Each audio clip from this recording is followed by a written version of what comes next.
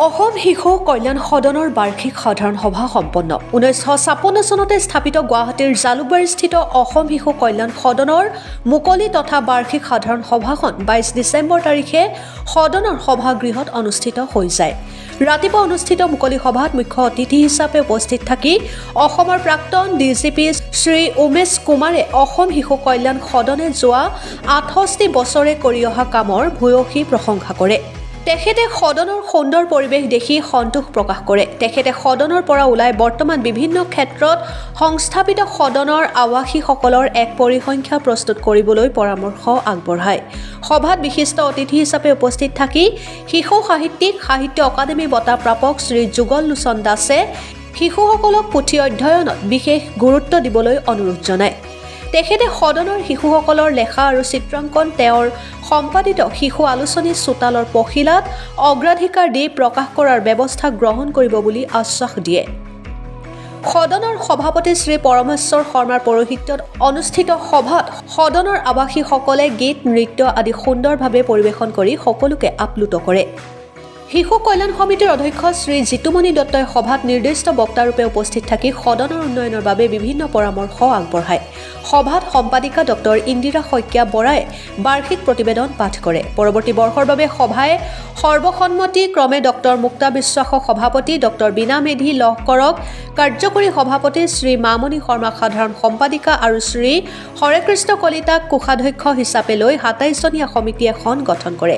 সভাত ৰমেন্দ্ৰ নাথ চক্ৰৱৰ্তী, শ্যাম সুন্দৰ ডেকা, কল্পনা পটংগীয়া, ডক্টৰ নৰেন্দ্ৰ লহকৰ, ৰেণু ডেকা, ডক্টৰ জয়ন্ত দেৱ Sharma, doctor ভাৰ্গৱানন্দ Goswami, Deepika Choudhury, doctor Mitali Kakati, Indira Bordoloi, Sunita Choudhury, Nirupa Patangia Saikia, Mukul Kalita প্ৰমুখ্যকে কৰি বহু গণ্যমান্য ব্যক্তি উপস্থিত থাকে।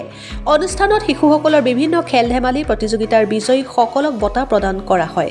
মুকলি সভাত শলাগৰ শৰাই আগবঢ়াই সদনৰ উপসভাপতি শ্ৰী অধীৰ চন্দ্ৰ দাসদেৱে।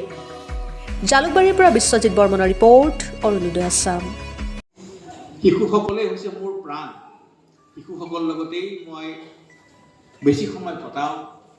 যদিও মই এতিয়া ডাঙৰ হৈছোঁ, কিন্তু মই নিজকে এতিয়াও শিশু কৰি ৰাখিছোঁ। তোমালোকৰ কাৰণে লিখি আছোঁ, তোমালোকৰ কাৰণে কিবা কিবি কাম কৰি আছোঁ। তোমালোক হ'ল ঈশ্বৰ প্ৰদত্ত, তোমালোকৰ বহুত প্ৰতিভা আছে। তোমালোক দেৱ শিশু। এটি শিশু জন্ম হোৱাৰ পিছত সদায় মুখত আঙুলিটো লৈ চুহি থাকে।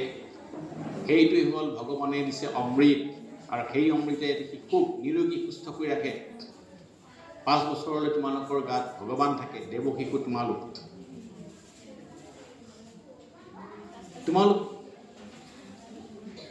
দেশৰ মানৱ সম্পদ। তোমালোক আমাৰ দেশৰ ভৱিষ্যত। তোমালোকক আজি ইয়াত লগ পাইছোঁ।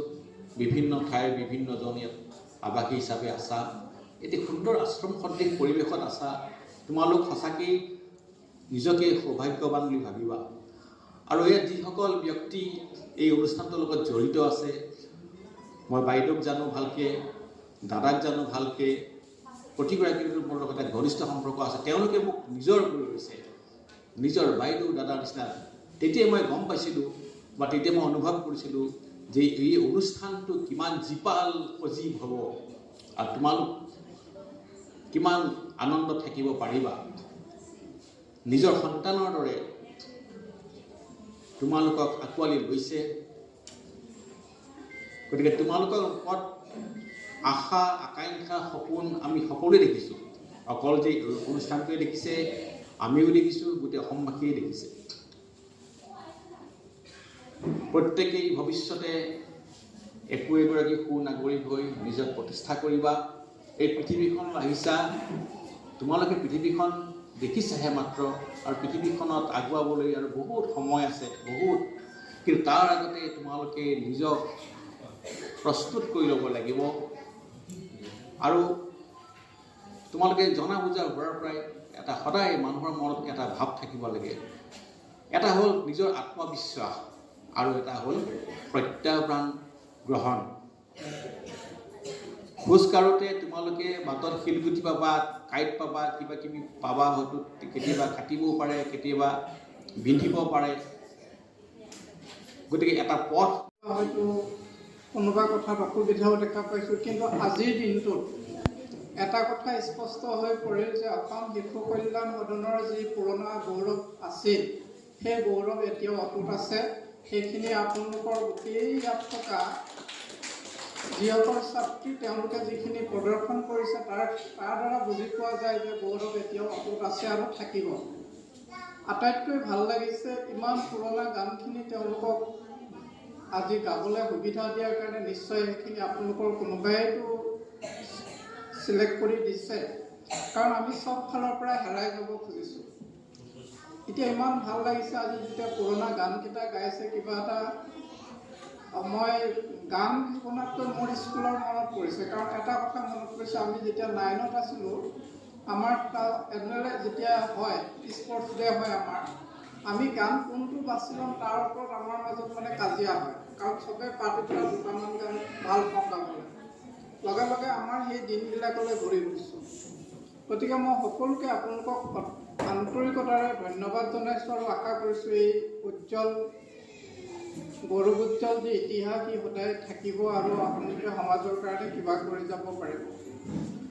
মই দুই এটা অকণমান যিহেতু অনুষ্ঠানটোৰ লগত জড়িত আৰু যিহেতু মই শিশু কল্যাণ সমিতিৰ অধ্যক্ষ, দুই এটা কথা আপোনালোকক অৱগত কৰিব খুজিছোঁ। সময় পৰিৱৰ্তন হৈছে, সকলো ফালে পৰিৱৰ্তন আহিছে আৰু চৰকাৰ বা আমাৰ প্ৰশাসনৰ দৃষ্টিভংগী সলনি হৈছে। গতিকে আমি শিশুসকলৰ কাৰণে কাম কৰি আছোঁ সঁচা,